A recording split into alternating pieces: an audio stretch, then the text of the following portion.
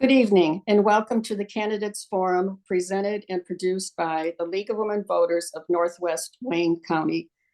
My name is Susan Rowe and I am the treasurer of the Northwest Wayne County League. I am also the moderator for this evening's event. Tonight, we welcome the candidates running for Westland City Council. 6 candidates are running for 4 seats that are 4-year terms. In addition, 2 of the candidates here tonight are running for a short partial term that ends on December 31st of this year. The League of Women Voters is a nonpartisan political organization. We do not support nor oppose any candidate running for office. The League does take positions on various issues after we study them, so you may see our name attached sometimes to issues that we are advocating or opposing. The League of Women Voters is where hands-on work to safeguard democracy leads to civic improvement. Membership is open to anyone who is at least 16 years old, and you can join through our websites. The League's main mission is to promote political responsibility through informed and active participation in your government. One of the ways we do that is by having forums such as this. The League also provides a nonpartisan voter guide, which can be found online at www.vote411.org. Only League personnel and the candidates are present at this forum this evening. We solicited questions from the public in advance so that we could ask them at tonight's forum. Questions were screened for clarity, and those which included personal attacks on a candidate were eliminated. The views expressed in this forum are those of the candidates and not of the League of Women Voters. All qualified candidates to be on the ballot were invited and are here tonight. All the candidates have agreed to the format for tonight's forum, which is as follows. Each candidate will be allowed a 2-minute opening statement, a 2-minute response to all questions, and a 2-minute closing statement. The order that the candidates speak was predetermined by a random selection process witnessed by the candidates before the recording of this forum began. We will rotate the order of the candidate who responds to a question first. League member Valerie Nelson, who you've met, produced this forum tonight and will also be our timer. She will be holding up cards so that the candidates know when their time is up. The candidate must stop when you see the stop sign. And now we will get started with our forum. Let us begin with our opening statements. And our first opening statement is by Mrs. Sampe. So unmute yourself, Mrs. Sampe, and you may begin. Thank you so much. Thank you, League of Women Voters, for allowing us to participate in this forum.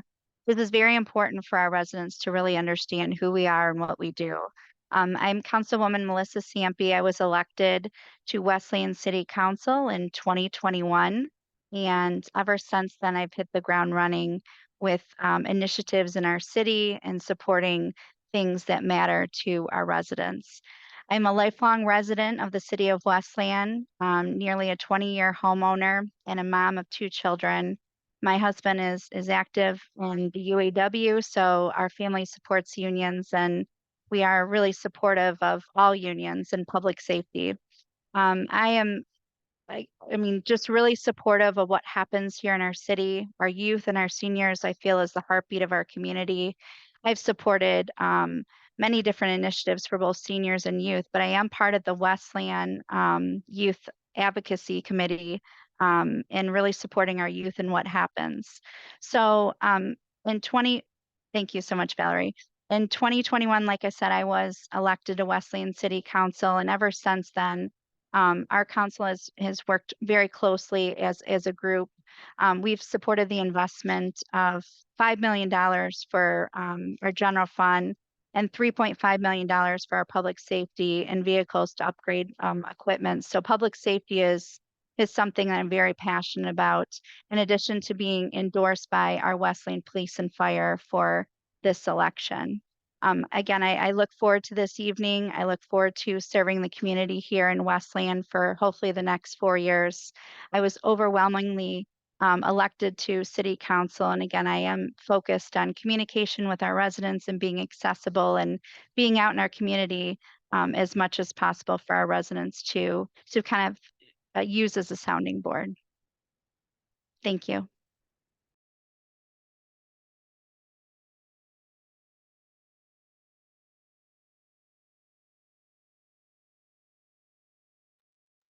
Mr. Pruitt?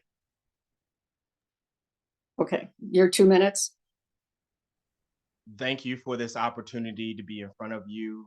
Thank you to the League of Women Voters. Thank you to all the candidates for being here, vying for a position to represent the people further. My name's Edward Pruitt. I'm a community advocate. I've continuously stood to highlight the voices of the community. I have 20 plus years experience as a business owner, as a leader in management. I am a business owner as well in consulting. Through my tenure as a leader in management, I have been placed as a change agent. So I'm able to see the strategic moves to get the results necessary. In my advocacy, I've been working with the community members directly, addressing issues, ensuring again that their voices are heard. We are in a time where the community wants to see change. The community wants to be invested in. The community wants to have fiscal responsibility seen. We are in a time where we must protect the resources that we have. We want to maintain the equipment and the landmarks that we have to highlight them so that Westland can elevate. When we are protecting our citizens' money, the taxes that they pay, we are taking the necessary steps to ask the tough questions. We haven't seen that in so long, and it's necessary. We are standing in a moment and a movement of change. The people want change. The people want to feel like they are included. And we want to make sure that we remove the barriers to access to the government. It is time that we stand in a position where the people are demonstrate that they or believe that they have trust in the government. We are in a time for that right now. Thank you. Thank you, Mr. Pruitt. Mrs. Bowman? Thank you, and thank you to the League of Women Voters for hosting this forum. It's always very interesting, and I'm excited that all the candidates came, and it'll be good to hear all the responses as well. And I hope the residents actually enjoy that. As a business owner in Westland and a wife and a mom, I'm actually running for city council because I can and I want to help Westland be the city that's filled with and continues to attract thriving families and businesses. What I bring with me is over 20 years in a combination of corporate experience and business ownership. I've worked across many different industries, small and large business, and which has given me the ability to see and understand so many diverse facets of our society, as well as all the socioeconomics of any of the communities. As a community advocate, I've also participated in being at the city council meetings, as well as study sessions, and ask questions on behalf of residents and families to be sure that their voice, that the questions are being asked and people are being held accountable to their roles. And that's something that's very important to me, is the accountability. In addition to some of these things, as a community advocate, I've actually raised money in my past for and provided time, lots of time, for support of childhood cancer, mental illness, Habitat for Humanity, even Special Olympics, and well served on several boards for some nonprofits and even a local symphony orchestra. So the arts and cultures is also very, very important to me. I don't know if people know, but Westland actually has a very special place in my heart because was not born here, but every summer, my parents are Michiganders, so every summer I spent vacationing in Westland. And so there's a very different look when you're actually coming here for fun and enjoying it and visiting your aunts and your family. So that's just something about me. So thank you. Thank you. Mr. McDermott? Well, good evening. Thank you for having us here tonight. I want to thank the League of Women Voters, and I want to thank all the Westland residents who will take the time to watch this when it is posted online and on YouTube. I'm Councilman Mike McDermott, and for the last almost 4 years, I've had the privilege and honor to serve you on your Westland City Council. And except for the COVID year, I have been out there for the last 3 years, knocking on doors, talking to people, most importantly, listening to the concerns and issues of Westland residents. Thanks to an amazing volunteer in my mom and a couple of amazing friends, we've been able to hit the last 3 years over 5,000 doors, talking to residents all over the community, having over 800 conversations. This year alone, we've really ramped it up, and we have knocked almost 7,000 doors. It had almost 1,000 conversations with folks all over Westland, and we've listened to your thoughts and your concerns. And we have a lot of big issues that we need to continue to tackle here in the city of Westland. Most notably among them are public safety and the issues with DTE. Number one on public safety, we're finally engaging in a staffing plan for our fire department. Our men and women in the Westland Fire Department have been overworked with a increasing run volume for far too long, and we need to come up with a long-term staffing plan to fix that issue. The other thing in regards to DTE is we know that residents all across the community have faced crippling power outages, and we, as your elected leaders, need to stand up and speak out against DTE to hold them to account. I'm proud to be active and engaged in the community, not only knocking on doors, but volunteering in numerous community organizations, including the Norwayne Community Citizens Council, the Westland Historical Society, the Westland Democratic Club, the Life Remodel Program, the NAMI Walks for Mental Health, the Western Wayne County NAACP. And, again, I've been, as you know, if you watch a city council meeting, one of the more outspoken and long-winded council persons on city council, because I believe there's a lot to say and a lot to do. Thank you. Thank you, Mr. McDermott. Mr. Hornbuckle. Yes, I want to say thank you to the League of Women Voters. I appreciate the invitation, appreciate being here. But I am Councilman Delano Hornbuckle. I lived in the city for over 13 years, born with the spirit for serving and a passion for making a difference in the community. My journey has been a dedication, involvement, and desire to see a community flourish. I have a degree in electronics and information technology, and I hold multiple IT and IT security related certifications. I worked in the IT field for over 15 years. I started as a help desk technician and moved to security compliance analyst, and now owning my own IT business. Throughout the years, I had the privilege of being an active and engaged member of the Westland community. My commitment has led me to serve on multiple boards that played a critical role in the city development. Many of these boards, such as the library board, where we extended access to knowledge and learning resources, to the park, my time on the Park and Rec, where we created safety and enjoyable spaces for our families. I've been able to see firsthand through those boards the impact of us working together to make a difference. My involvement on the Planning Commission and on City Council had instrumentally shaped the very core of the city. We improved services and enhanced the overall experiences for the resident. Today, I'm here as a candidate at Westland, driven by the commitment to advancing the vision of our community where every resident can love where they live, work, and play, and be honored and respected. So thank you for having me here. And Thank you very much, Mr. Hornbuckle. And last will be Ms. Ratowski. Thank you so much. First and foremost, thank you, League of Women Voters, for holding this forum. And also thank you to all of those who submitted questions for this evening's event. My name is Andrea Rutkowski. I'm currently serving as the Westland City Council President Pro Tem. Yes, it is a mouthful. I was honored with the promotion to a leadership position by my fellow council members earlier this year. And it has been a great pleasure and an honor to serve as part of the leadership team, which gives me more insight onto how our meetings are created and how things enter our agenda and so forth. During my tenure, we have done a lot of amazing things.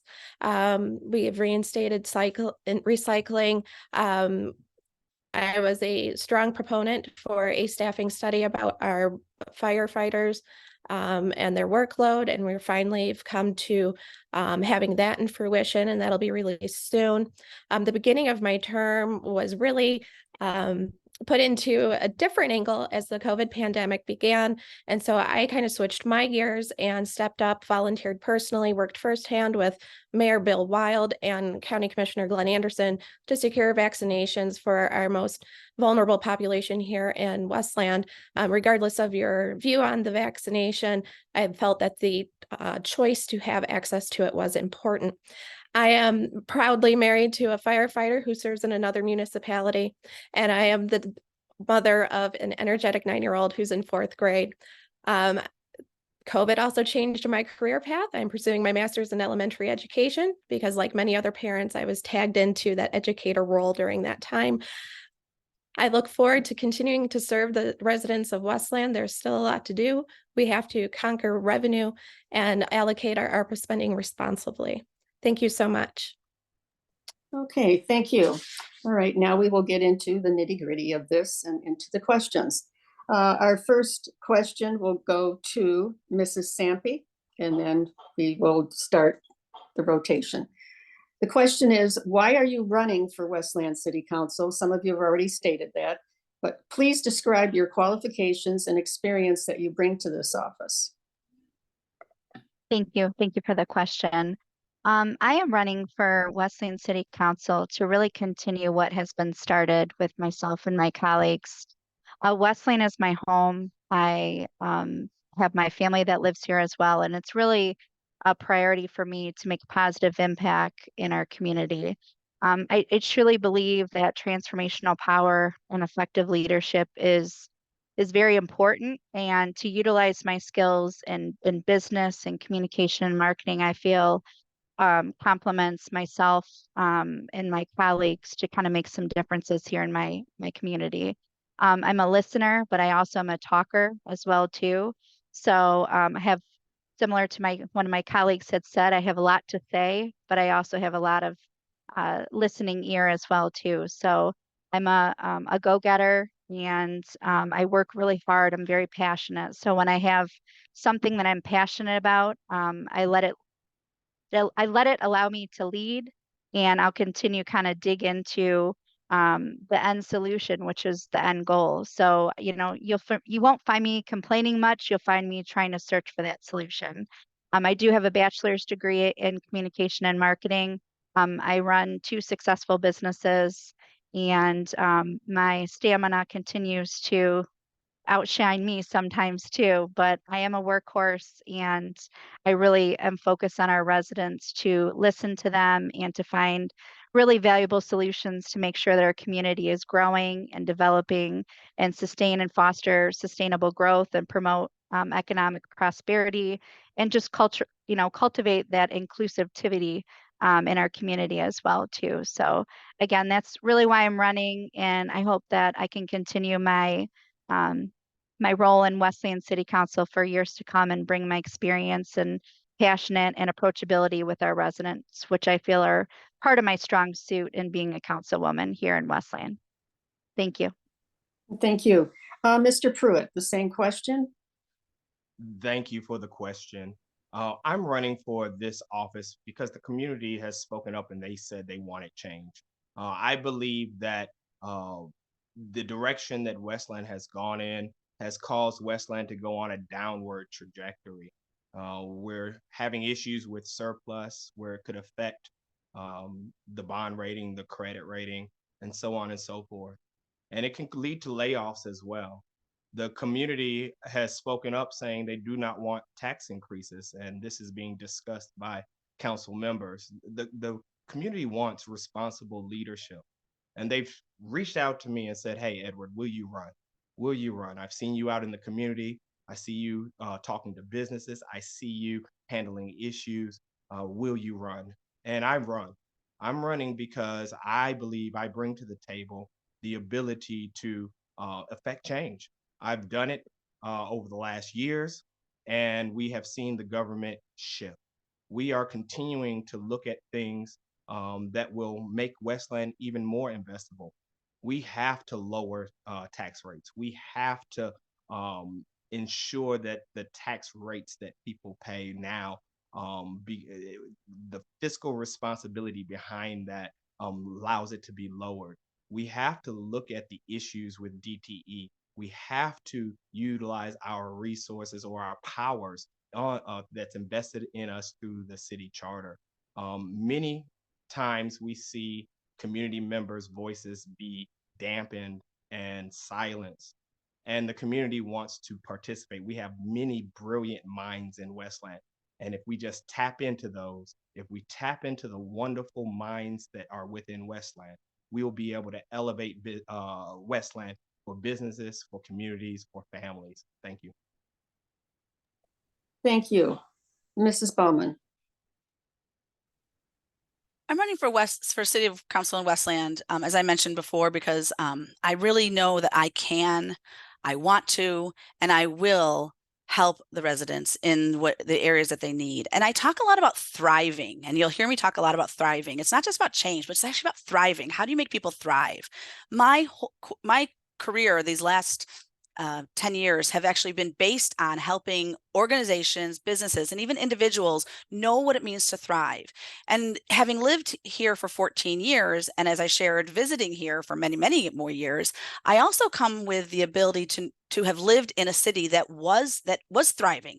I've lived in communities that are thriving, so I can see what they need to be able to do that. And yes, one of the biggest thing is listening. It's huge, but if you're not really hearing what you want to hear what the residents say, you also want to be able to discern the root issue, what is going on.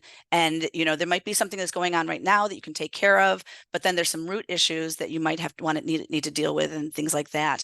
And I have that ability to say, okay, to take my marketable skills from being a business owner and working with businesses over to a city and having the experience to see what it took to get other cities thriving and being able to apply that here. And that includes obviously it includes public safety. It includes transportation for all people of all different ages and things like that. It includes services. It includes property taxes. It includes making sure you're looking at the tax base and are we competitive and are we in a spot where the people who own property can thrive with their abilities and actually the city thrive, as well as businesses, without going back to the city, to the residents all the time for everything you want to spend. And then you go back to the residents and say, okay, we're going to do another millage. We're going to do another tax. So those are the areas. Thank you. All right, Mr. McDermott. Well, thank you. The core reason for having a government is to take care of and improve the quality of life of people. It's not to take care of big businesses or corporations. It's not to take care of anybody else. The root of what government is supposed to do is improve the quality of life of people. And I believe that we need big, bold ideas to improve people's quality of life. And over the last 4 years, as your representative on City Council, I've worked with my colleagues to push a lot of big, bold ideas. And I think there's a lot more that we need to do to address the fundamental challenges that we face here in the city of Westland. I've always made myself accessible, whether it's through knocking doors even when I wasn't up for an election or giving out my personal cell phone number at 734-890-2146. I've always been there to listen to what people want. And when you hear things like improving our public safety, when you hear things about the unreliable state that DTE has left our power grid in, when you hear people talk about they want a recreation center, and most of all, they want a public pool back, those are things that require big, bold ideas for us to tackle.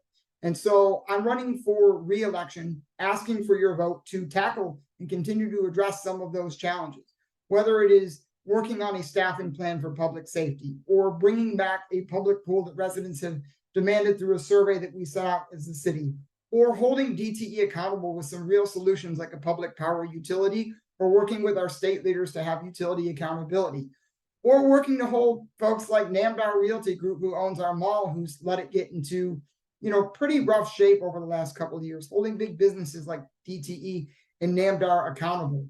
And then going beyond that and tackling issues around public health and mental health by starting a public health department, ensuring that we have a responsible bidding process when we send out your tax dollars in a contract for bid with a responsible contractor ordinance. So I'm running for re-election because there's a lot of big challenges that we have to tackle, and I believe that my experience on City Council can help. Thank you. Okay, Mr. Hornbuckle. Yes, thank you. I'm running for City Council because I want to continue my commitment to the vision of making Westland safe and provide a voice for the people, no matter what their background circumstances is. We've seen over the years where some of the trust between the community and the council has been broken. I want to be that voice for the small person I want to be able to bring those bridges back together and build upon those bridges. There's been multiple issues where council people people of the city don't feel the council is approachable. Well, I'm here to say I'm approachable. I will listen. I will do what I can to help. I'm here to be a blessing to the people of Westland. I'm here to work with the team, no matter who's on council, to come up with these great big ideas, because great big ideas are great for the city. I'm here running for the little kid down the street, to making sure that he's able to walk to school. He's able to walk to his friend's house. He's able to go to the park safely. I'm here for the seniors that, inflation is high. How do we help them cope with the inflation? They on fixed incomes, coming up with ideas to help them cope with, like I said, the inflation numbers. I'm here to work with the team to not raise taxes, to make sure we spend the money properly and hold each other accountable. I'm here to be the voice for everyone in the community and be out there talking to the community. I done knocked plenty of doors, heard from everyone, heard great ideas, and I'm here to continue that path to making Westland a greater place for everybody, no matter the circumstance. Then, thank you. Thank you. And Ms. Rutowski. Thank you very much. So my platform has been consistently a vibrant community. I want our city to be a place for families of all types to feel safe and welcomed. I want a place that has recreation for our children, and we attempted to do that. It wasn't the right fit. And I'm perfectly happy pulling the plug on a project that's not the right fit. We're not going to spend $20 million in a cooperative agreement that our residents don't benefit from. I want to continue to improve the services that we provide for our residents. We do pay taxes. We pay a lot of taxes. And so the services that we receive should be in line with the taxes that we pay. And I also want a place that when our children are grown and we're still living here, they feel that it's a safe place for mom and dad to live. I've been happy to see so many developments in our economics. We've been working very hard at becoming a redevelopment ready community, which is going to bring national recognized brands to our community, which is going to spur a great economy. And we also are looking at making changes to our ordinance to make that process for development easier. And when we can make development easier, we can increase revenue, we can increase services, and that's paramount to a vibrant community. I'm a steadfast supporter of public safety. I will always support our public safety. When you call, they need to be there. And, that's just from my experience in real estate and as a business owner and as a mother, that I just want to create a city that we can all be so proud to call home. Thank you. Okay, the second question, our first speaker will be Mr. Pruitt. And the question is, what do you see as the priorities facing Westland, and how would you address them if you are elected? Fantastic. Great question. Thank you. The top three priorities are managing the finances better so that we do not have to increase taxes upon residents. The number two is making sure that the people, and this is not any specific order, are included in the government of Westland, whether it be community citizens oversight or other type of avenues, reaching out to the community members intentionally. Number three is making sure that we are making Westland investable. We have many different aspects in Westland that are amazing. And when we look at just our parks, let's look at the 25 plus parks that we have and their park-like structures. If we maintain what we have and we invest money throughout every park and not just one, we will begin to attract people. We have to maintain it. We have to highlight it. When we highlight it, people come into the city. People come to visit. People invest in the businesses. Now our current businesses are prospering even further by the investments from visitors. Then people want to live here And now Westland becomes investable even greater. What we have found is that many council members throughout time, over the years, have had opportunities to make these changes, but they haven't. They haven't listened to the community. They've shut the community out.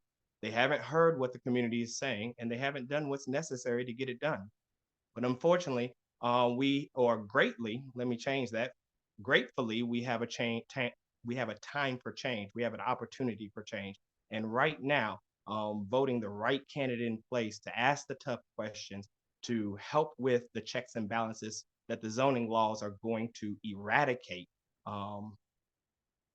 we need to make change. Thank you. Mrs. Bowman. I think when I think about the biggest issues in Westland, I think it's easy. You know, we can say that we know that there are aspects that make for a city that attracts families and attracts business. And when I look at different things and what creates that thriving city, I was able to see that there's 4 things that a city has to always be working on to make sure that they are attractive to other families and business. And that is that they have to have an economic performance that's achieved through the businesses and the residences, the property taxes. They have to be good at finding grants. And I think Westland is really good at finding grants for helping with some of these things, but they have to keep it up and keep it going. There need to be flourishing community organizations, as well as organized art and culture events. And so we have some of those things. So part of the main responsibility is going to be enhancing those and making sure that those are continuing to do well. And we increase participation, which also means that we have to, in parallel, increase public safety so that people feel safe going to those events in all aspects of it, that they are willing to bring their families to those events and things like that. And so making sure that we're working on that. And again, those are areas that I'm strong in, and I know that I can help bring more people in and help make that is you've got to have the balance. So in public safety, you need to make sure you have enough of the police officers that are employed, as well as making them sustain. So it's not just about what we do first, it's that sustainability, which adds to the one big thing, which is the finances. So it's you know, having a tax base is one thing. Are you actually spending the money well and not having to increase taxes? Are you able to lower the taxes in certain areas? Those are the things that I think are critical for Westland to be looking at. And those are the skills that I have in business to be able to look at that with a depth that actually makes the change that's necessary. Thank you. Thank you. Mr. McDermott. Well, thank you. The 3 big issues that I see are really quality of life issues that impact retaining families here in the city of Westland, public safety, staffing, and DTE. Regarding people's quality of life, we have to offer people services and amenities that will make them want to stay here in Westland. When a family is looking at where should they move into, or what community should they live in, or what community should they start in, there are hundreds of communities across Metro Detroit and Michigan that they can choose from. Why do you want to come to Westland? Why do you want to build, live, and grow your family here in the city? So we have to increase amenities and services that we offer to them, like a recreation center with a pool, offering mental health services like we have with our crisis response team in the police department, making sure that we have services that improve their quality of life and give them reasons to want to set up roots and stay here in the city of Westland, bringing back amenities like leaf pickup instead of taking amenities away. And they have to feel safe when they live in our community. They have to feel like public safety is responsive and it's equitable, meeting their needs. So we have a police department that is not only well-staffed, but is accountable and understands their needs and is equitable to the way they provide policing. That's why I've advocated for things like an oversight board and a staffing study session. We have to make sure that we have an adequately staffed public safety unit from our fire department as well. When people call, they have to show up on time. And the other big thing is, if you don't have power, you can't live. And we have seen Westland residents who've been out 5, 6, 7, 8, 9 plus times a year. I'm on my 4th outage this year, and people are out for days at a time. And it is a basic human right to have power. If your home does not have power, if you're losing power a half a dozen times or more a year and throwing out hundreds of dollars worth of groceries, you can't live. And we need to hold DTE accountable for the shape that they've left our power grid in. Thank you. Mr. Hornbuckle, same question. Okay. Yes. I believe this was mentioned a couple of times, but public safety is number one. We need to make sure that the police, fire have adequate equipment, personnel, and training. It's very important that when you call for 911 for any emergency service, that someone picks up the phone, someone get there and train properly to handle the situation. So that's priority number one for me, is making sure that we take care of our city heroes and make sure they have the tools and training to be successful heroes. Number two would be working on bringing more businesses to the city of Westland. And that's not just bringing new business, but also supporting the businesses that are here, making sure they have the necessary tools that we can provide them to succeed and attract new businesses. As Westland become more welcoming, more business will come, which will create more jobs and attract more people to move to Westland. And we'll have a thriving city once everything fall in place. The last one that is kind of close to my heart is making sure that we take care of everyone in the city. We have parts of the city that feel like all the attention goes into one area. I want to make sure that every corner of the city gets the true love they deserve for being Westland residents. We have areas that just want simple things, signs in their neighborhood to say, welcome to Westland, or just having street lights that they've been advocating for years. Little things like that, just to make them feel home, feel safe, and love the city they cherish so much. And I believe that's the three items that that needs a lot of attention, and I will continue to work to make those things happen. So thank you for that great question. And Ms. Rutowski. Thank you so much. So the three biggest issues that I find currently that the city of Westland is facing would be the first one, and I think most people agree. When we say public safety, that's covers a large area, but I want to narrow the focus just a little bit. And I want to talk about the safety of our children. I want to talk about why we're, how do we get the city and the county to work together to be addressing all of these intersections where children are being hit, where children don't have a safe walk to school, which, it shouldn't be a privilege to have a safe walk to school. That is a right. And we need to be ensuring that those children are getting to school safely. So if that means working with our police department to have uniformed officers at those crosswalks, if it means working with the county, if it means investing some of these ARPA dollars into modernizing those intersections with the right kind of electronic components that are needed, let's get that done. And let's address all of the intersections that cross major roads. We continue to need recreation. We need outlets for energy, right, for our children. So enhancing our recreational opportunities, we do have a plethora of parks that are wonderful and should be getting some really great upgrades. So I think we can pair programming with the parks to address that. But I did hear the residents loud and clear too, and there is a plan in works to have access to a pool. And then we have to talk about infrastructure, whether it's street lighting, not private, but neighborhood road repairs, or, our least favorite topic, we have to address the flooding. And so that might mean we have to look at drainage options and work with engineering to make sure that that water runoff has somewhere to go other than your home. Thank you.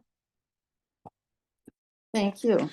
All right, the next question, we will start. I didn't get a chance to answer that question, Ms. Rowe. Oh, I'm sorry. I was going down the list. That's okay. Sorry about that. Not intentional. Okay, Mrs. Sampe, the same question. All right. Thank you so much. In terms of, I think, concerns or issues in Westland, it's actually been covered by most of the candidates already, but public safety, I think, is definitely a top concern in our city. It had been mentioned also too about the safety of our children, which, here in Westland, unfortunately, we've had some tragic situations, which I think is something that, the city and city council members can be deeply involved in. And actually, several of us have brought up that concern with our administration and kind of pushing that along.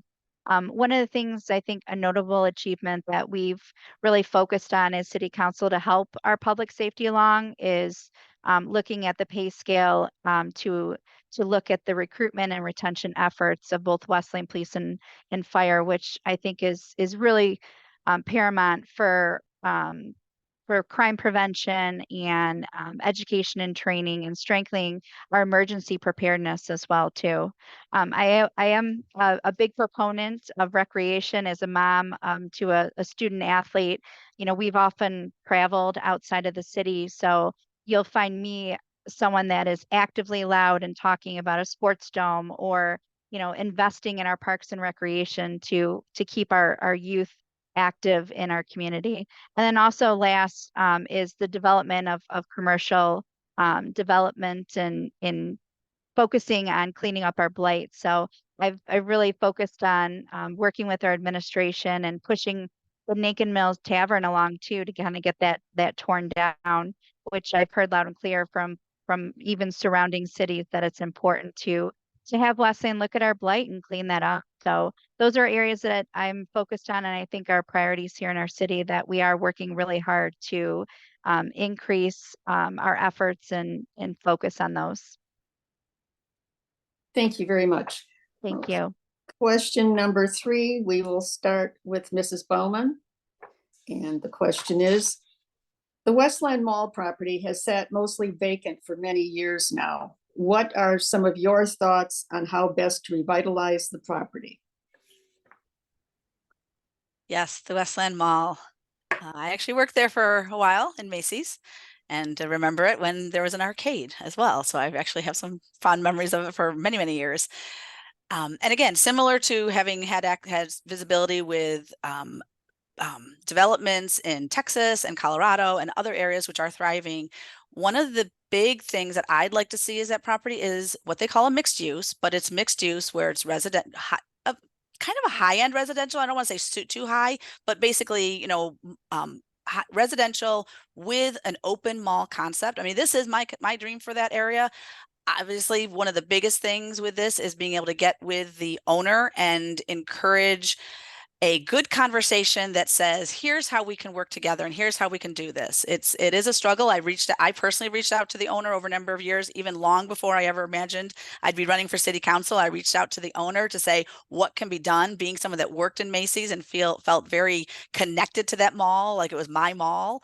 I was like, what can we do? There's got to be a way to make this better and thriving. There's a huge property there. I do think it needs to be mixed with residential and retail and some office space, as well as some areas for music and culture and entertainment and green space. It's got to have all of that mix there. That makes it much more of a central place, because it's so strategically placed that it needs to be able to be that inviting, again, back to thriving and bringing families in, having a space that really does that with all the different elements that makes that area nice, beautiful. And I've seen it work in Denver. I've seen it work in some parts of outside Houston and Texas.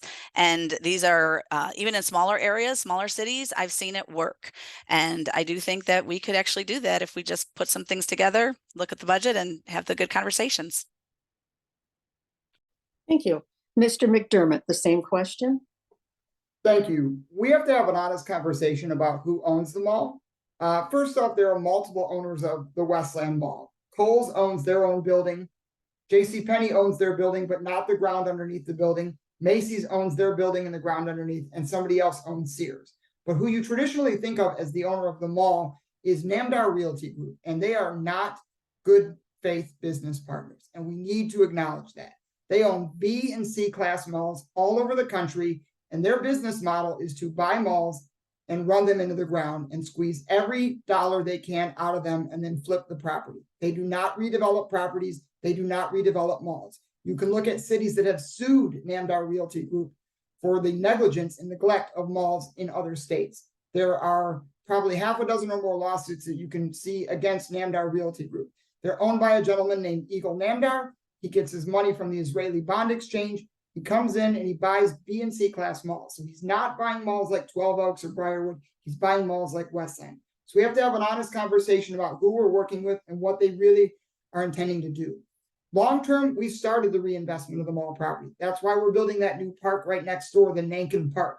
I know it's gotten some criticism from people, but if we want to have a downtown type area, having a huge green space where we can have events and festivals is going to be critically important.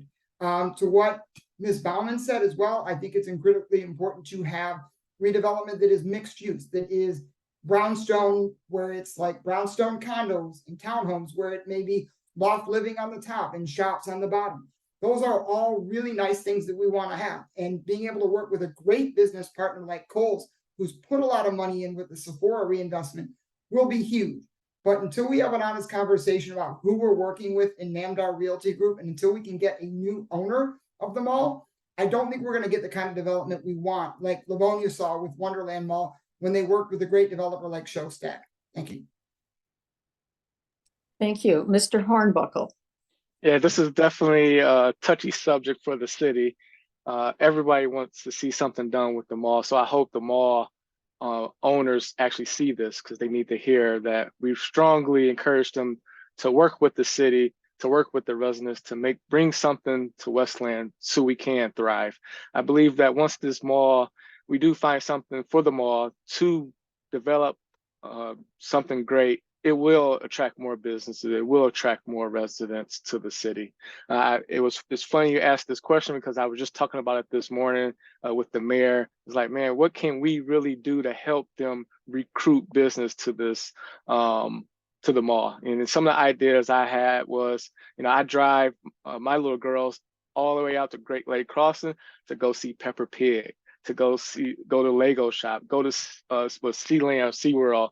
And those would be great things for the kids of our city to come to. Some of the families can't drive as far to go to these places. And the mall would be great for those things. I love the ideas that the other candidates brought. Those would be great ideas, but we have to work together to get the mall to make something happen for us. We willing to work with them. As you see, we're trying to develop around the mall to attract business and attract other people. But we need someone at the mall, someone that owns the mall, to actually step up their game and help the city. And thank you. That was definitely another great question. Thank you. Ms. Rutowski. Thank you. Well, I think you're going to hear a lot of parroting of the same views that, we need to really address the mall. Mixed use has been the conversation for quite some time.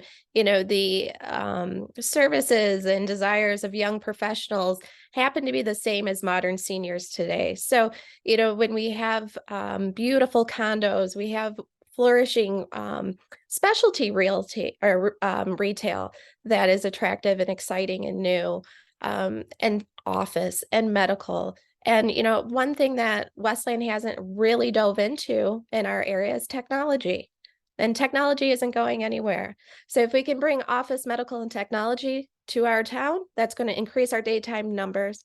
That makes us very attractive for developments that would want to either partner in part of that mall, or in the revitalization or the new vision of that mall or the surrounding area.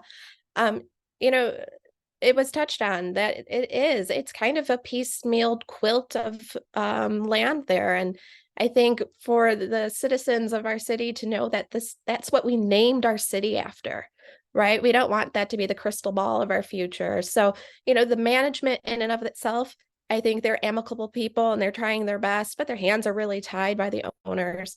And, we should investigate any kind of possibility. If it's getting help from the state and the county, if it's bonding, let's have all of the conversations. Let's find out what's the right fit, and let's move it on to a beautiful downtown destination for our city. Thank you. Thank you. And Mrs. Sampe. Thank you so much. This is probably my favorite question, because I have two radically different schools of thoughts with the mall. So the first one's been touched on already, is the mixed use and making it more of a downtown area. Like my colleague had mentioned, we are creating some green space, and City Council has supported the Nankin Park, which will allow us to continue to build attention around the mall. So it's almost as if we're building outside in which gets them to kind of change their way of thinking because there's investments all around. So with that being said, we see on a frequent basis, and even just today online, I saw more businesses moving out of the mall and moving into other spaces across from the mall. So it is definitely something that we hear often. It's something that I hear when I knock at doors. What are we going to do with the mall? And my school of thought is that we continue to push NAMDAR. I tell residents all the time, please, please, please, you know what? If you're dissatisfied with the mall, email NAMDAR, call NAMDAR. They can call them as well too. It takes a village to kind of change the school of thought, but we do know, as mentioned, that NAMDAR is not a good partner to work with. However, City Council, all we can do is just continue to press them and to get them to eventually just say, hey, we're going to sell it. It is a tax write-off for them, so they are behind in some cases in taxes too. They have to, their tax roll has to be increased. So that's my first school of thought. And then I don't have much time left, but again, being an advocate of recreation, I have also thought of turning it into like a sports complex or a dome or somewhere for our residents to and children to go to experience active life. So that would be my pipe dream. I don't know, maybe someday I'll win the lotto and do it and turn it into like a sports zone, Dave and Buster's craziness fun. So thank you so much listening to my crazy ideas. Okay, and Mr. Pruitt. Thank you. Thank you for this opportunity to speak on the mall. Many community members have fond memories of the mall when it was extremely full, extremely vibrant, and continue to speak about it today because it's been on a complete downward trajectory. I'm thankful for the council members who have spoken towards this avenue. When I look at the trajectory of the mall, and I think to how they've had difficulties reaching the mall owners, I'm thankful to community members who have been able to contact the mall and to get the ball moving. We have some great, amazing community members. One, we need to allow our community members to be part of the solution, to be part of the discussion. I'm thankful to State Rep Kevin Coleman. He had a very great productive conversation with the mall owner. We have to get to a point where we stop talking bad about business partners and allow the business partners to work with us. If you can't talk to them, if you can't reach them, that doesn't mean that they're bad business partners. What I have found is that they want to have mixed use. They want to allow the outside of the mall to be used for other resources. It's going to take a strong leader and strong leaders in office to be able to get that done. When I look at a proposal by the current administration to buy the mall, that's the number 4th tax payer in Westland. And so if indeed we take away that, we have that on the backs of the residents. We also have an added cost to pay for it. We need mixed use and we need the community invested and the community involved. Thank you. Well, thank you. Okay, our 4th question, we will begin with Mr. McDermott. And the question is, how well is our or your community meeting the needs of seniors, and what more do you believe needs to be done? There's always more that needs to be done. And if you don't believe there's more that needs to be done, then why are you running for office? So we put a lot of investment into the Westland Friendship Center with our ARPA dollars. We put in some buildings and facilities improvements to allow there to be new and additional programming at the community center there. We've also added a lot of new senior activities over the last couple of years, most notably the new pickleball that is very popular among seniors. We've added and expanded our offerings for playing pickleball. When we think back to the pandemic, we made a mistake, first off. When it came out that people were being called and asked to become a member of the Friendship Center, if you want to come up and get vaccinated, but that mistake was quickly corrected, and we launched a citywide vaccination program that prioritized our seniors and the most vulnerable first. And many of my colleagues who are here on this meeting tonight really helped to spearhead that initiative, and I thank them for that. But there's always more that we can do for our senior population, more amenities and services that we can offer. We think about, why would a city want a pool? Well, it's not just young people with families that are requesting a pool. It's senior citizens too, who want to do aquatic aerobics, who want a place to swim and be healthy in a pool. So there's more amenities and more services, a pool being one of them, that I think that we can offer seniors here in Westland. The other big thing that I want to do is have a public health department. I got the chance to do a ride along with our fire department, 24-hour ride along. And many of the people that we saw on that ride along were seniors that we had saw 2, 3, 4, 5 times that the fire department had responded to. So I believe that we can start a public health department similar to the city of Detroit, similar to Wayne County, where we can have a traveling nurse, we can have a public health director, we can have a wellness and fitness coach who can go out there and work with our seniors.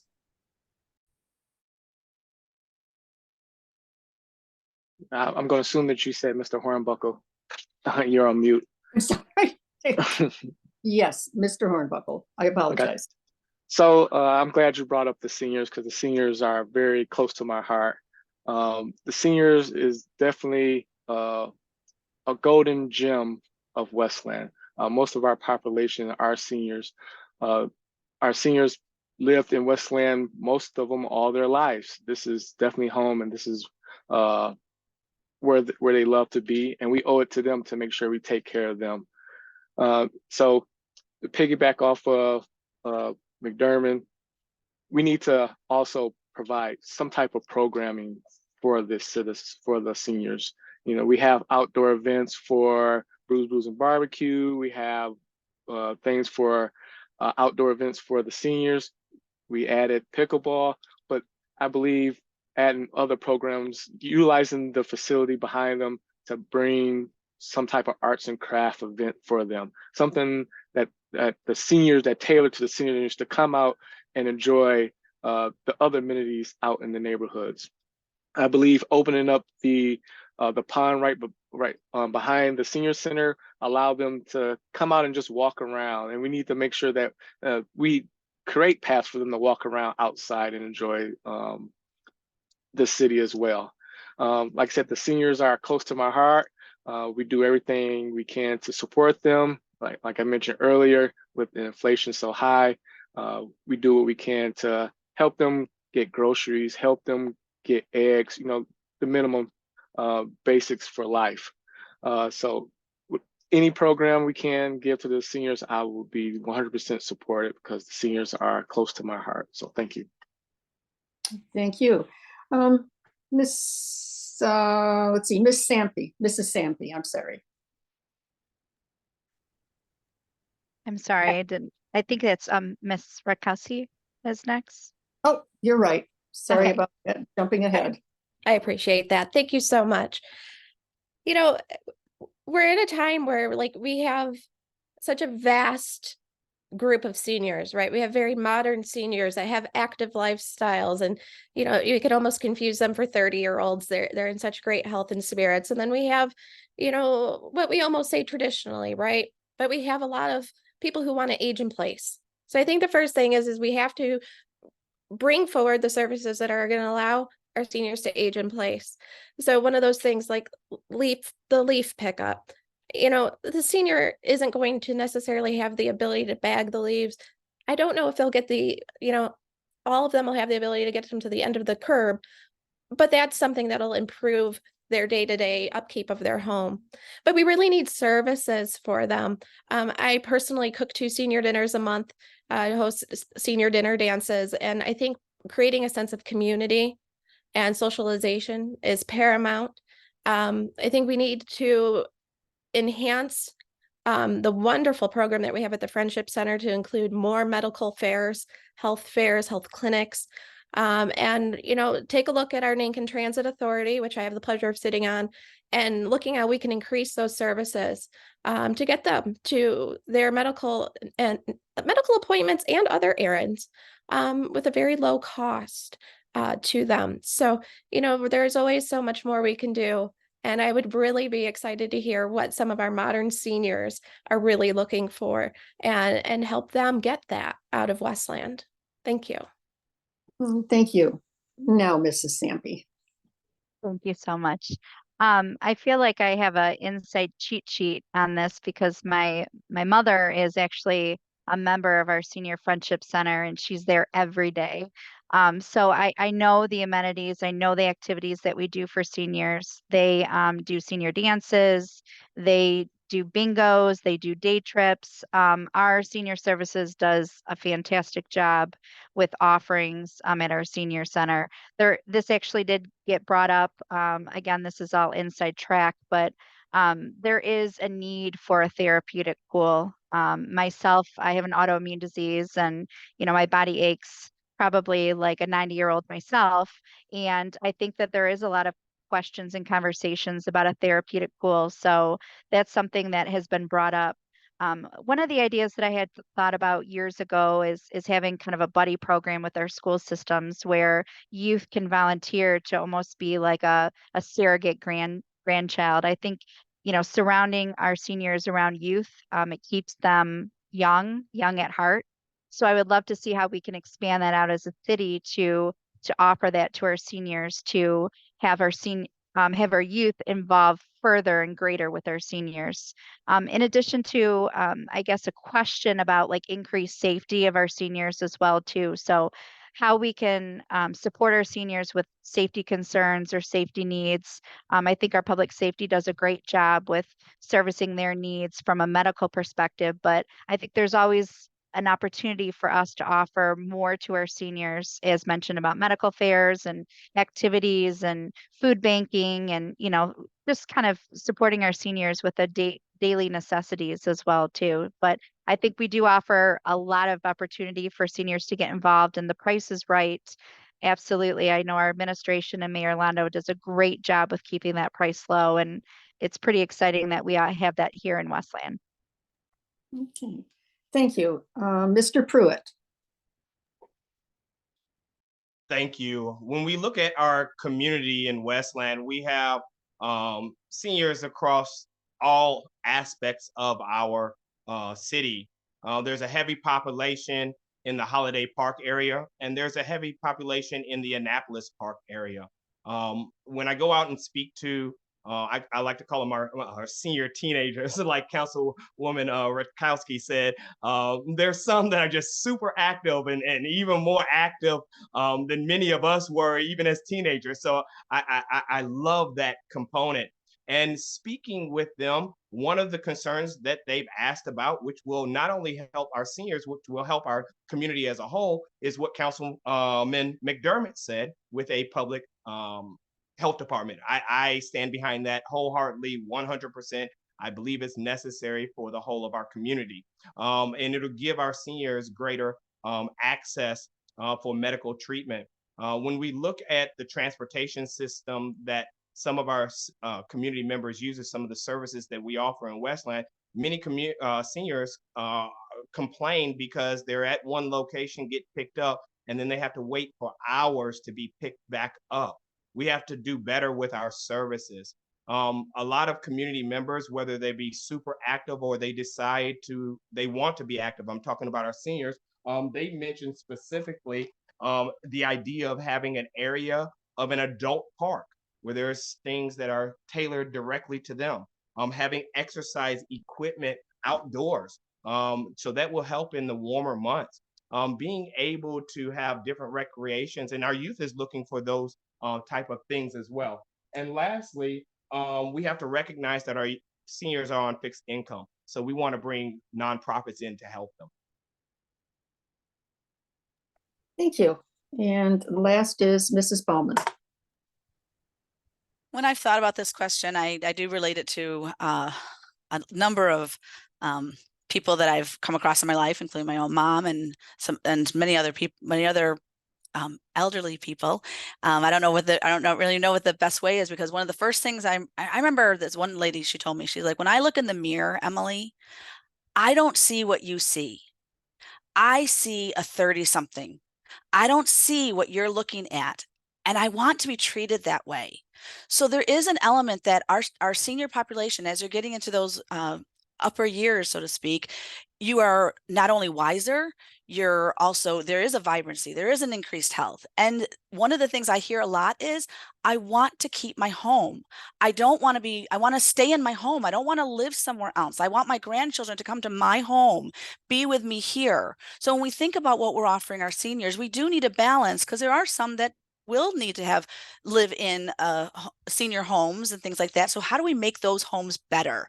One of the things we think about is even that community, we could be drawing that community into our community. We can increase that so that we have more full families, multi-generational families coming into our city by giving, keeping property taxes down. That's the big one. That's how do they stay in their home? Keep those property taxes down. If they do need to go into senior homes, offering beautiful places, encouraging businesses and developers to come in and create better senior resident places where we can actually maybe provide, obviously provide services in and outside. And so it is all of those aspects, making sure that we have those opportunities for health, whether it be outdoor activities, and then transportation. Access that they can get to where they need to go. They might not need to go to as many doctors if they are healthier, if they're aging and they're also healthier, they may not need as many medical appointments, but even transportation to other areas, they can't drive at night the same way. So thanks. Mhm. Thank you. Okay, next question. We will start with Mr. Hornbuckle. And the question is, what policies, if any, would you pursue to promote social and racial justice in your community? Definitely a great question. That's kind of why I'm here, right? I want to be a part of City Council. City Council should represent the community it serves. And that's why I'm active going to the diversity and inclusion boards to hear what they're hearing in the city, to listen to the community and get ideas on what they see. One of the things I would like to see be included is our police, fire, and administration all look like the city they serve. Everyone should be able to work either our police, fire, or city hall, no matter what the background or circumstance is. Like I said, that's a really great question, a really great segue into this is we need to make sure everyone is included. Everyone has the same opportunities as everyone else, and we provide great services to everyone, allowing no matter what, using these dashboards we have to make sure that we are including everyone in the city for our different boards. So this is definitely a great question, and thank you. Okay. And Ms. Rutowski, same question? Thank you so much. I think in the last few years, we've made some decent strides. I'm not going to call them grand or great strides, but we have, implemented a diversity, equity, and inclusion board, which is fantastic and wonderful. But what's most important about having boards and commissions is that when those boards and commissions draw conclusions, or they want to investigate something, or they want to bring attention to it, we have to put that into action, right? It does no good to have a board and not have any product come out of that board, right? So I know that commission's working really hard and diligently, and they have a lot of things that they want to accomplish. But as a city, as a council, and as the administration, we really need to put those into action. And then, when we are doing our hiring, I think hiring's sometimes the last step into the journey to your career. So, we really need to be implementing services that highlight, especially in public safety, the opportunity for it to be a good career to multiple different communities. And, we can implement the cadet programs and PSA programs and get people exposed and interested in those careers so that when we get to the hiring process, we're having more minority and diverse candidates apply. And, I want nothing greater than for all of our areas of employment in the city to reflect our community. You know, anywhere on the spectrum of what is the fabric of Westland. So one of those policies would be, you know, being not reactive, but proactive and helping create the opportunity. Okay, thank you. Mrs. Sampe, same question. You so much. So I think looking at diversity, I look at it also not only in a color of one's skin, but also their age, their background, their gender, their ability. So I think it had been mentioned, but the diversity, equity, inclusion has made strides here in Westland, which I think is a really important committee and a really important group, a sounding board that is essential for any city. But also too, looking at our disabilities advocacy committee, which I am completely supportive as well too. So the city has individuals that I think look similar, but also those that look very different in terms of our employment. And what that might look like is individuals that have abilities, physical abilities as too. And I think that's important for the city to look to be open to have equal opportunity for them as well. And I think looking at, like I stated, our support as a council, I mean, we are always open for conversations, no matter what that looks like for residents. We're always open to ideas, always open to different individuals that come to us that are differently abled or even just have a diverse background. I think it's important for a city and just individuals as elected officials to have that open mind and open spirit to just listen to those individuals for ideas to be vetted in the city. So I think those are my thoughts on that. I think the city can do better. I know we will do better. We continue to have critical conversations. We continue to have open conversations. And I think that we do have the acceptance level from the administration now that wants to have those conversations. Thank you very much. Mhm. Thank you. Mr. Pruitt, same question. Thank you. When we speak about diversity, equity, inclusion, we first have to go back to the past, and we can go back to the more recent past. When the resolution that was created or was in process of being created to open the door for this commission, which opened the door for the actual position that's in place as well, many sitting council members worked to gut that resolution until there was public outcry. The public outcry, and then there was unanimous agreement behind it. We cannot have equity, diversity, and inclusion until we include all of our community. When we look at the Norwayne, our historic Norwayne community, it was put in place in Westland as a military community for military families. And over decades, because of policies and procedures and disregard, that community has become impoverished. It has been made poor. We have so many brilliant, bright minds in that community. And if we're not investing in there, we're not dealing with the slumlords, we're not holding ordinances to the standards that we need to for even that community, making sure the parks are how they need to be, we will continue to see a disregard or a difference in equity, diversity, and inclusion standards. When we look at the Blues, Brews, and Barbecue, and we look at the movie night, and we think about the Norwayne community, many of the residents in that community do not have vehicles, so they can't even participate. To open the door to equity, diversity, inclusion, we have to make it more accessible to our community. Thank you. Thank you. Mrs. Bowman, same question.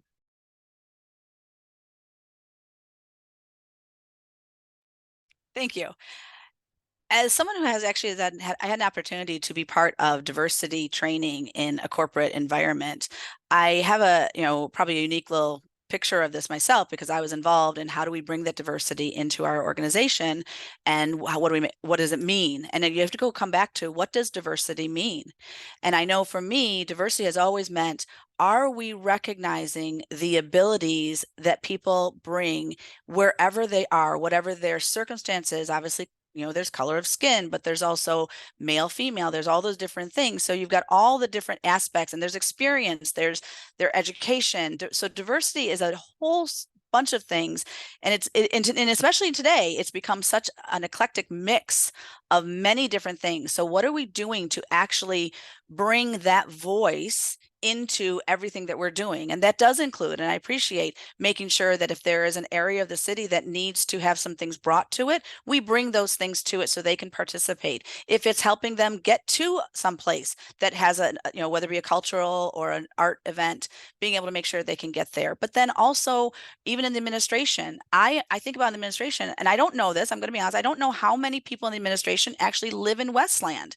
So when you even talk about, are we a picture of Westland, I want to see more people who live in Westland, working in Westland, so that those voices are being heard and we're really getting that diverse makeup, supporting our city and working for our city and having that voice be heard, and really encouraging those voices somehow at councils or with different opportunities where we're bringing bring a council meeting out to a different area of the city. I mean, that popped in my head like there, just, rather than having it at City Hall and saying, come to us, we bring a council meeting to them.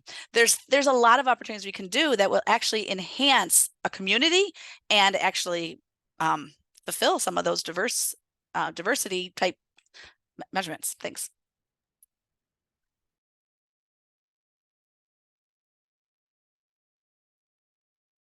Ms. Rowe, you're on mute. I'm assuming questions to me, correct? Mr. McDermott, yes. Thank you, Susan. Diversity is really a wide spectrum. It includes communities of color. It includes people of different religions and faith backgrounds.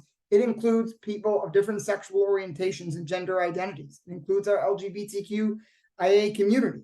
It's really a wide spectrum, and we have to ensure that we are meeting and addressing the needs of everybody on that spectrum.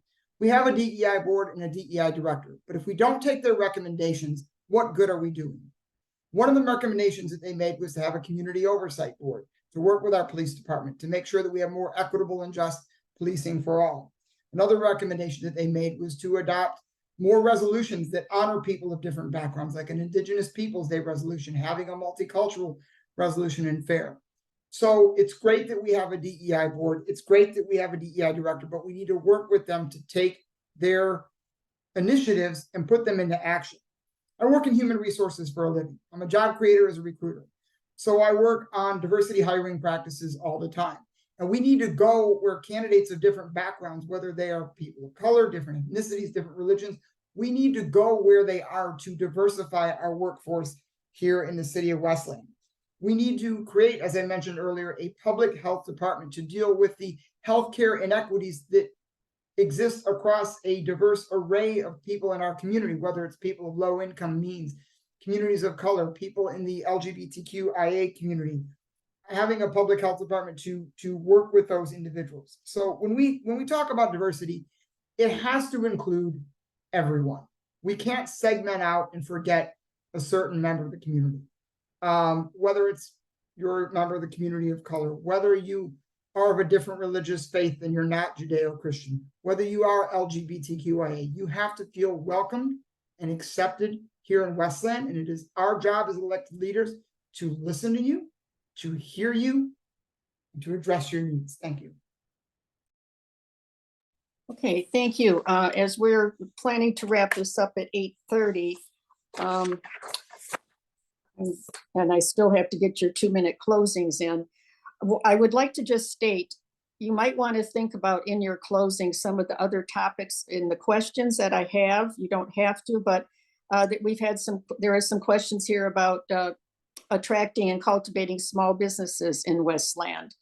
What do you feel issues with the police and fire department? What are those pressing issues? Gun violence, how would you curb gun violence? Infrastructure, and do you feel Westland is helping low-income residents enough? What could be done there? So those are just some other topics that we weren't able to cover this evening, but if you would want, you might want to throw them into your closing statements. And with that, we will begin with Ms. Ratowski as the first for the closing statement. Well, thank you. And again, thank you for having this forum this evening. It has been a wonderful experience. And thank you to all of the other candidates for attending as well.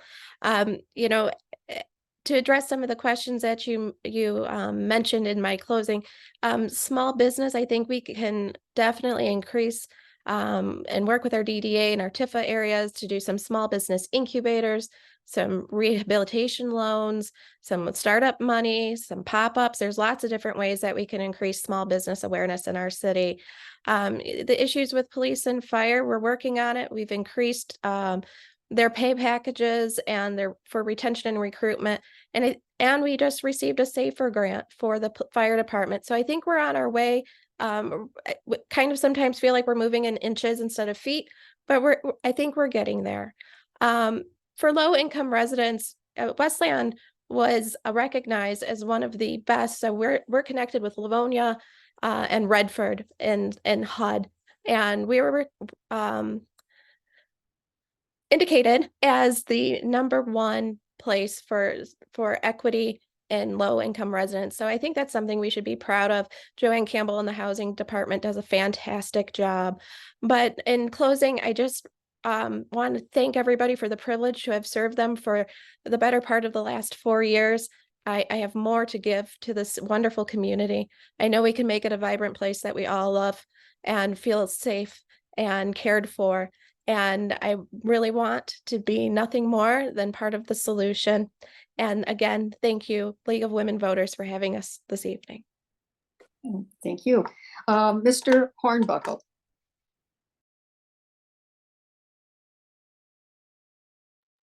Sorry, I couldn't find the mute that time. I'd like to touch on one of the things. First, thank you for having me here. Thank you for everyone that came and participated. Really great learning experience and great to hear everyone's thoughts. But you mentioned low income. Low income, there's a lot of things we can do for our low income environment. It was already mentioned about providing hub, but there's other things like bringing activities to them. We do a lot of events at City Hall. We have the Meet the Firefighters, Meet the Police, but maybe we need to take that event in their area. Just get them exposed to other things and be able to feel what it's like to have stuff come to them, have nice things in their environment. One of the things that's on the schedule is to provide them with a better park, a bigger park. And we're investing a lot of money in parks around the city. And one of the biggest one is going to our low income, or the second biggest one, I'm sorry, is going to our low income environment, because we want to definitely show them love, let them know that we care for them as well. Small businesses, as a small business owner, small business is crucial for them, for the economy, for the city. We definitely need to continue to support small businesses. As we support small business, they encourage other small businesses to come to Westland as well. I want to say thank you for having me. I'm excited for the opportunity to serve on the City Council. I look forward to working with you to make a better and stronger community.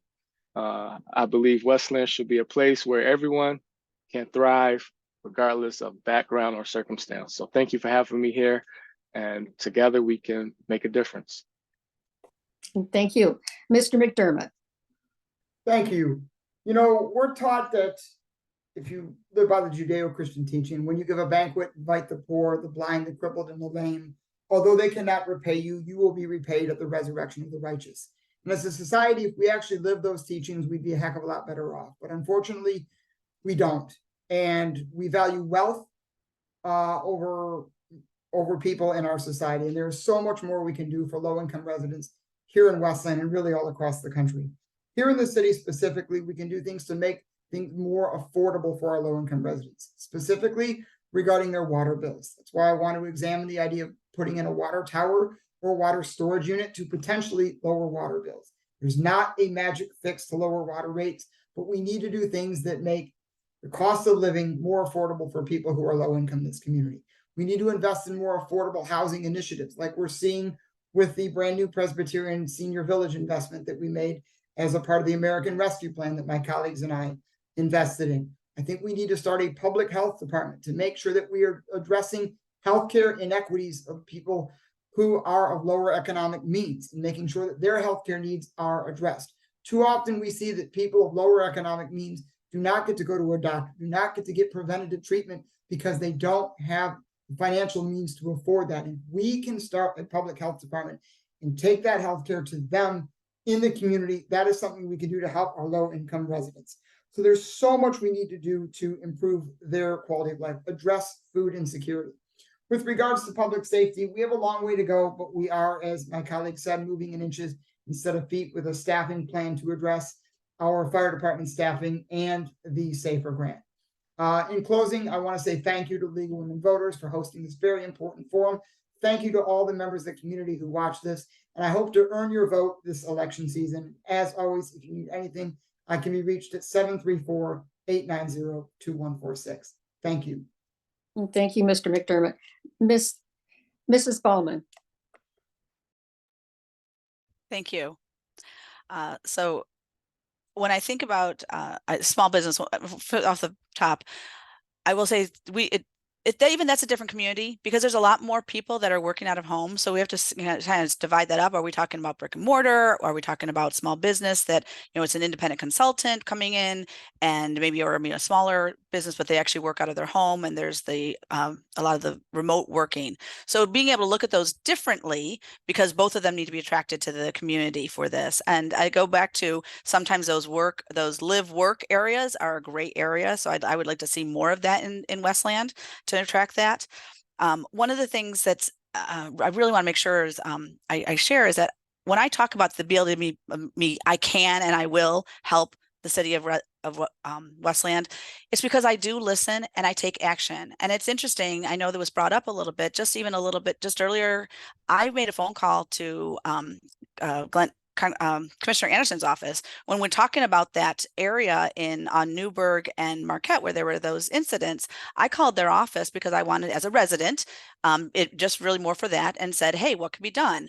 And I was told that I was the first time they heard about it. Now, I don't know if that's true or not, but it's one of those things where I took action. I immediately took action and said, let me call about this. And whether or not there's been private conversations with, other conversation with Commissioner Anderson, I think about that. I can and I will help in these areas, whatever it is, because I will listen to the residents and help them find the solutions. The other thing I like to think about is when we talk about differently abled or people that have in different means even, not all of them want you to just hand them something. Sometimes they just want you to put out their arm. I talk about, I have friends who are blind, and they just want you to put out their arm so they can grab onto it. And those are some of the services and some things we need to be aware of, that we have a community that probably just wants an arm. Just give me an arm so then I can keep going. Thanks. Thank you. Let's see. Mr. Pruitt, you're next. A special thank you goes out to the League of Women Voters. I thank you, Ms. Nelson, Ms. Rowe. Thank you for your time tonight. Thank you to all of the candidates as well. One of the things is that I see through this election is that the voices of the community are rising, that the voices of the community are being energized, and the voices of the community want change. I thank the community for continuing to advocate for years for change and to be heard. And I'm thankful for the information provided, the trust that the community gives me, even while I don't even have a seat yet, to be able to affect change. And we've been extremely successful. Some of the notes that I have here as we went along was current council had the opportunity to fix the problems that's been spoken about. And unfortunately, those things have not been done. We have to get to the point where we are stopping insider deals. And even with the ARPA funds that are being reallocated at this moment, there are a lot of pet projects. There's a violation of the charter where they're not even getting the financial documents so that they can know the projections, so they can quit blind signing off. The zoning laws are being set in place so that it removes some checks and balances powers of the city council. This is going on right now. We have to invest in our communities, and we have to do the right thing and be the right type of government for our people. When we have problems, the communication from our government must go out to the public and our roads and neighborhoods must be fixed. My name is Edward Pruitt, and I'm running for office asking for your vote because I will effect change. They don't want me here because they know I will do exactly as I say I will. We will continue to fight for change. My name is Edward Pruitt. You can find me on Edward Pruitt for Westland City Council, 734-444-2741. Thank you.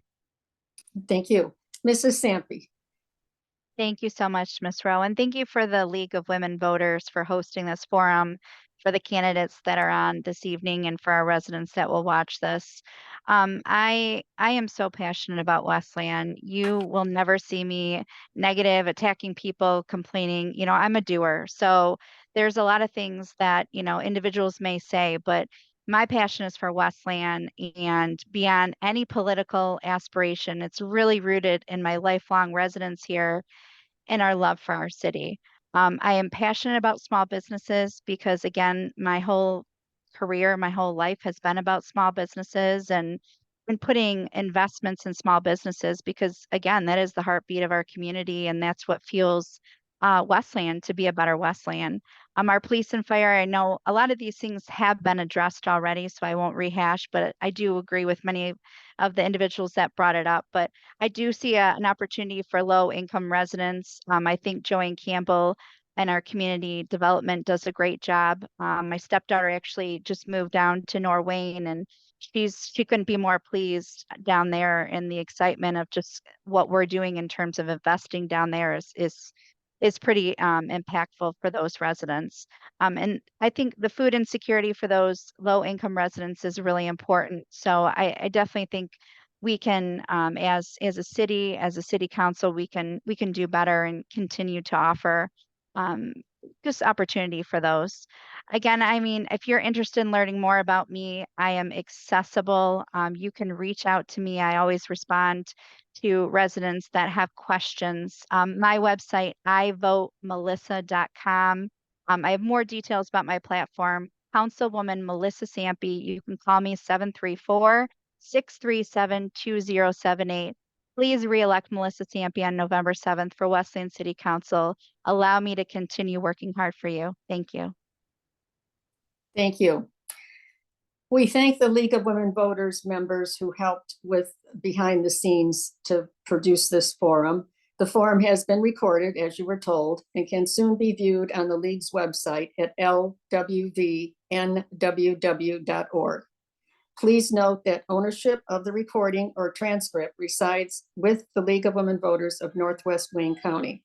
The candidates or their supporters may not use portions of the forum or any audio clips, video clips, or transcripts for political advertising or other purposes without the written permission of the League of Women Voters of Northwest Wayne County. We also thank you, the candidate, who are running for these offices.